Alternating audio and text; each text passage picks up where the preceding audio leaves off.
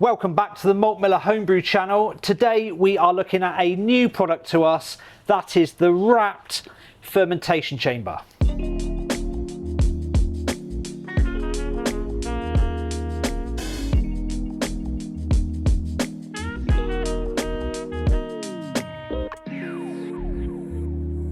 So we have had this unit here on test for a good couple of months now, and we've been absolutely delighted with what it's given us. The automation and everything else that we can go into slightly more further on in the video. But if you don't want a glycol chiller, but you want automated temperature control, this is really worth checking out. So obviously we've been testing this for the last couple of months, as I've said, but our viewers don't know exactly what it is. What is it? Well, the RAPT Fermentation Chamber is literally a plug and play fermentation control system that covers heating, cooling, like automation. There's so much that it can do all in one unit. There's no need for you to maybe go out and source the right size fridges that you need to build your own fermentation chamber, have like various bits and pieces that you have to compile to fit it all together. You literally just plug this in and it works. Yeah, what it isn't is just a converted fridge. It is way more than that. It is literally a plug and play solution, but with some amazing features that we're going to dive into, and some really clever design features as well that allow you for certain bits and pieces of customization. James, let's dive into some of the features in this, but at the forefront, it's both heating and cooling. Yeah, and what I really love about it, obviously it's been designed like a fridge, right? It's got really thick insulation both on the door and the sidewalls, so you're getting really good efficiency from both the heating and the cooling. Now, it acts like a fridge. It's got a really big fridge panel at the back, which you can see when you open the unit itself, but it's got heaters built into it as well. So if you're doing, stepped fermentation profiles, you want to pitch at 16 and then over 5 days raise it to 21, you can do that because it will heat up to that point as well. And one other thing that I really think is cool is inside at the back here is a built-in fan. Yeah. So you're getting that temperature circulation, so you're not getting cold spots at the bottom, warm spots at the top. And you can easily turn that fan on and off with the control panel at the top. Yeah. What about if you're trying to ferment something thermotolerant or Kveik yeast style? It will handle up to 50 degrees C. Yeah. So actually you can push the fermentation boundaries as far as you want. And in fact, we've cold crashed in this all the way down to 0. Yeah. I think technically you can go sub-0. We've taken it all the way down to 0. It's so powerful and really well insulated, like I said, which allows you to do that even when it's warm. So another massive bonus is this is actually a RAPT connected device. Yeah, so it's got Wi-Fi and Bluetooth built in. We'll come on to kind of why Bluetooth's in there in a little bit, but because it's Wi-Fi and it's got the RAPT temperature controller built into it, that means you can control it from your phone, from a computer, from a tablet. So no matter where you are, you can manage or just check on those fermentations. We've had some stuff that we've been fermenting in here, and I had a few days off and I was able to keep an eye on it, make sure I was happy with it, make sure the temperatures were where I wanted to. And also, if you set up the fermentation profiles, which you can do in the RAPT portal, it'll send you notifications as well to tell you where you're at in certain moments of your fermentation. Actually goes a little bit further than that, doesn't it?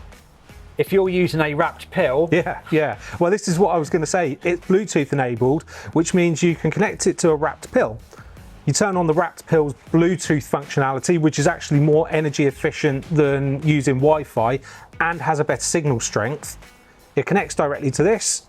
That means that then you can get gravity readings from your fermentation chamber. Yes, it's the pill handing it off to the chamber, but you're getting gravity readings, and you can use the RAPT Pill's internal thermometer to control the temperature of your fermentation. So you're getting a super accurate reading from inside your fermentation that the fridge is then using to compensate for heating or cooling. Doesn't stop there.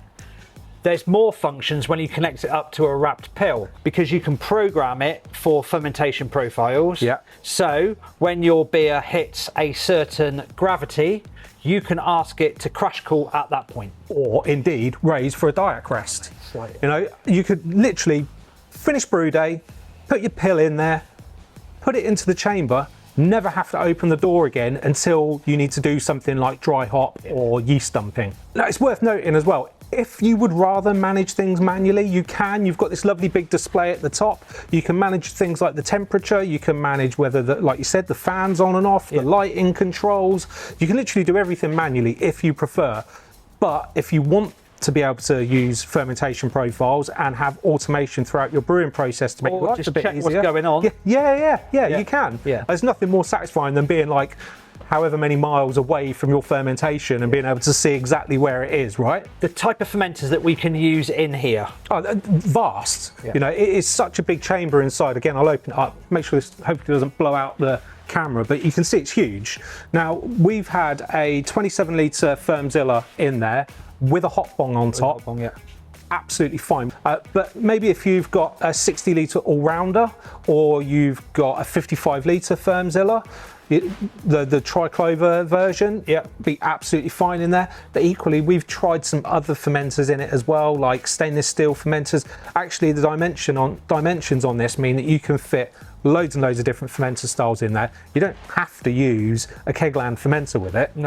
No, you don't. In fact, we've really successfully used one of the stainless steel fermenters in there, no problem at all. Yeah. Equally, it will do two 30 litre all-rounders. Yeah. So they can sit one on top of the other, and there's plenty of room for those. I mean, if you're a super organised brewer and you can fit 2 brew days in at once, that means you can have 2 beers fermenting at the same time. Yeah.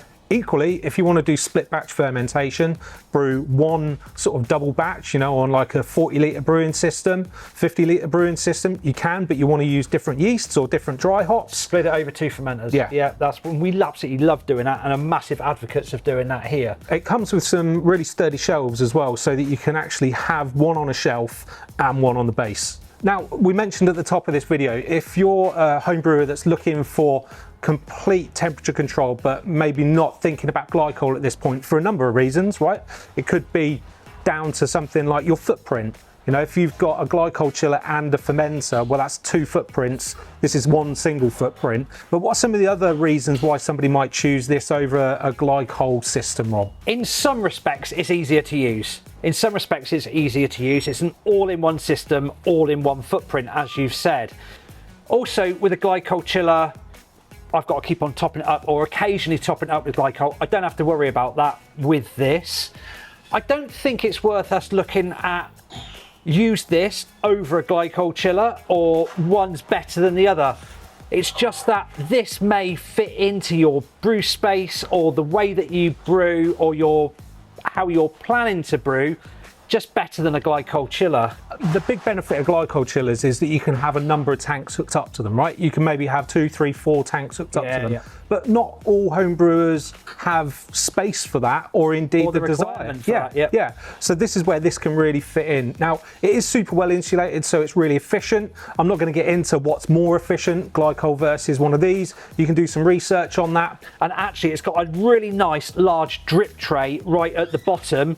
We don't have to worry about the condensation. Sometimes glycol, we suffer with it here at the Malt Miller when we're fermenting in the summer for glycol chillers.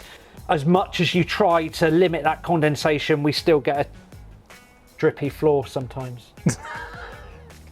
Now, the other big benefit of that awesome drip tray at the bottom, first off, it's covered. It's got a little magnetic plate that goes over the bottom. No. But, you know, fermentation is one of life's messy things, right? Yeah, it can be, James, especially when you're doing it. Yeah. So you might end up with some yeast slurry at the bottom of the fridge, or some dry hop dust, for example. Actually, that big drip tray with the centre drain at the front means that actually if you need to get in there and sort of rinse it out, you can, and it will collect in there. You can easily take that out, dump it, give it a clean, put it back in. While we're on like design features, a couple of other things that I think are really smart or that are nice to have. First off, you can switch the door. We've got it set up so that it opens this way. You can easily switch it over so that it opens the other way.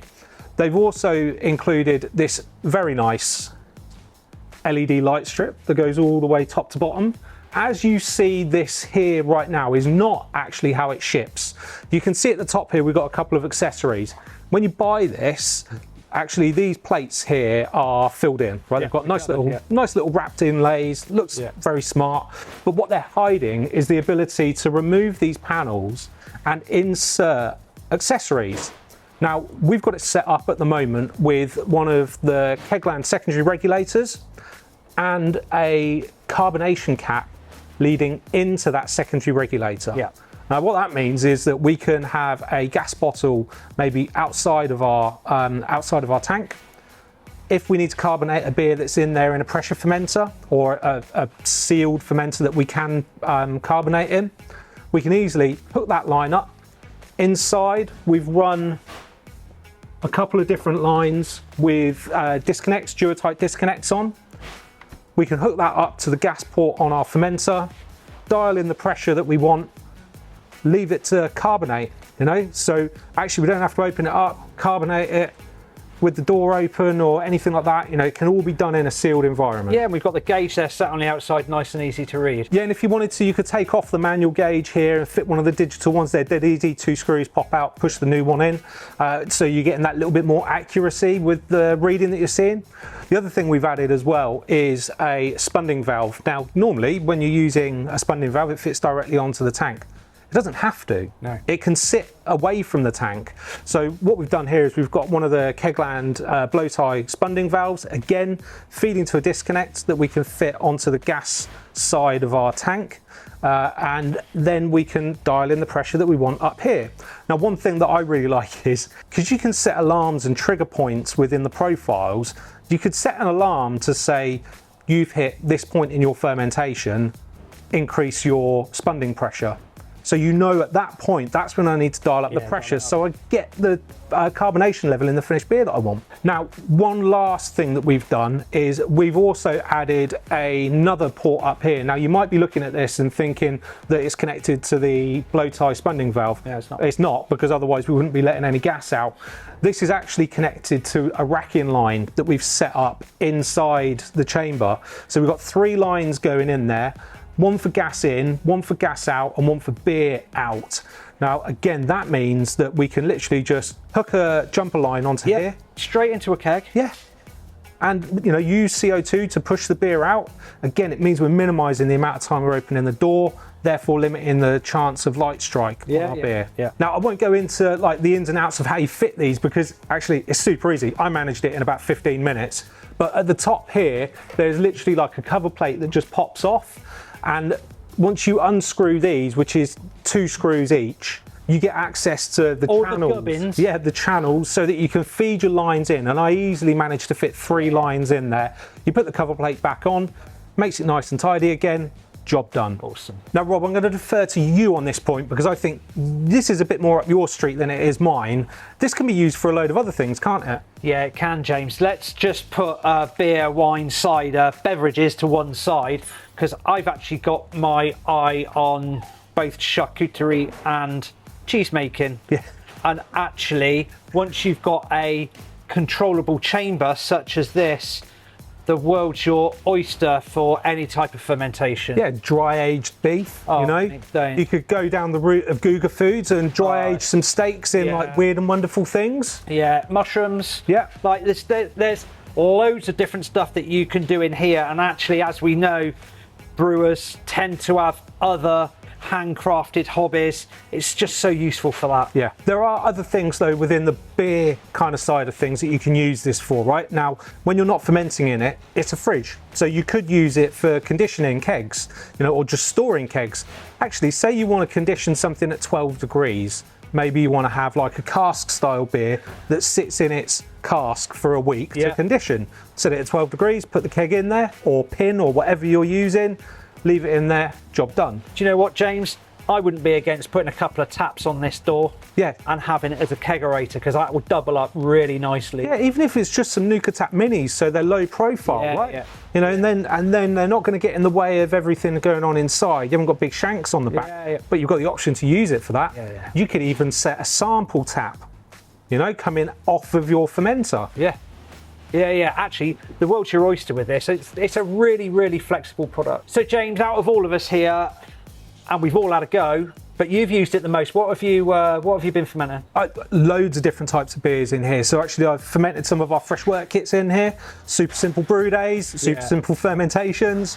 But I've made lagers that have been both high speed, high pressure lagers, but also low temperature, 10 degrees for an elongated period of time. I've done big hazy New England pale ales and IPAs. Literally everything you could wish for I've done in this, and I've used a number of different fermenters. Predominantly, my go-to is always a Firmzilla with this. Yeah. That's because I love the features on the Firmzilla, but I've used other stainless steel conical fermenters in it as well. Works an absolute treat. Tell you what, since you've added the racking facility on this, that makes it so easy to take a sample as well. Yeah. Fantastic. So hopefully we've given you a really good overview of the RAPT Fermentation Chamber here.